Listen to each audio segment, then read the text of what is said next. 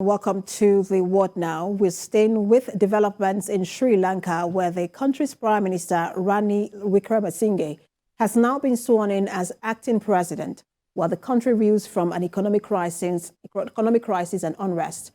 He replaces Gotabaya Rajapaksa, who fled to Singapore after unprecedented mass protest, which saw demonstrators overrun the presidential palace.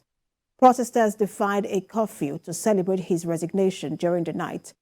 Sri Lanka is experiencing economic chaos as it faces an acute shortage of food, fuel, and other basic supplies. The process of Parliament electing a new president will begin on Saturday, with members of Parliament likely to take a vote in a week's time. Given the governing party has a majority, members of Parliament are thought likely to back Mr. Wickremesinghe, who has close links with the Rajapaksa family. Of Parliament, Mahinda Yapa Abeywardena, said on Friday that he accepted Mr. Rajapaksa's resignation, which he received late on Thursday. He has called for Parliament to convene on Saturday to start the process of electing a new leader.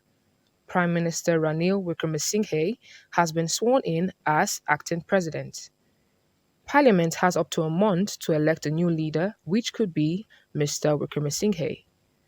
Mr. Rajapaksa fled to Singapore on Thursday from the Maldives as huge protests roiled Sri Lanka.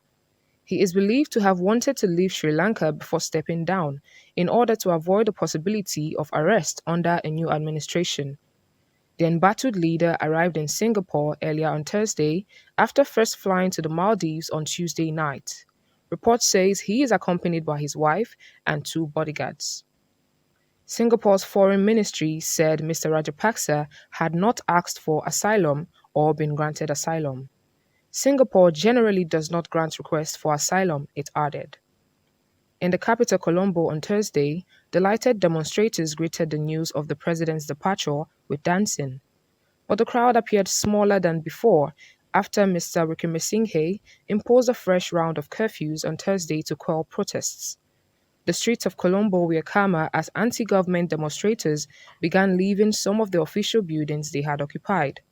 1 person died and 84 others were injured during Wednesday protests, which took place at key landmarks around the capital, Colombo, including the Prime Minister's office. Protesters broke into the presidential palace on Saturday and set fire to the Prime Minister's private home.